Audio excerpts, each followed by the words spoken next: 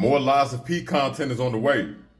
Check it out. Like it says right here, Lies of P confirms new difficulty options and the boss rush game mode. Listen, I'm so happy that Lies of P is still getting content. I'm glad that they are still supporting this game because I will say this shit until the end of time.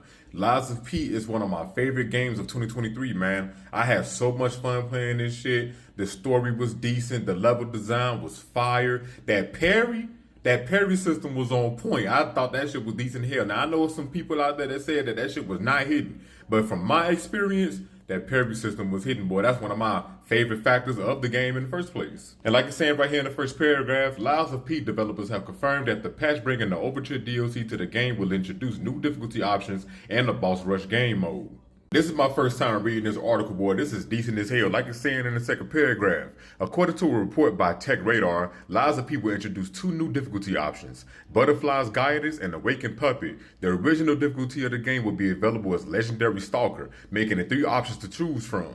Now, I never heard of a Souls-like having difficulty options, but I think this is decent as hell. I'm hoping that the Awakened Puppet difficulty is the hardest, because I would definitely go back and play the whole game again on a harder difficulty. I gotta see how challenging this shit can be, man, because the game is already pretty fucking tough on Legendary Stalker. So, having it on Awakened Puppet, if that is the harder difficulty, that'd be decent as hell. And like it's saying right here at the bottom, that this might be a smart move to get more players on the game before the DLC and the sequel drop. And I agree.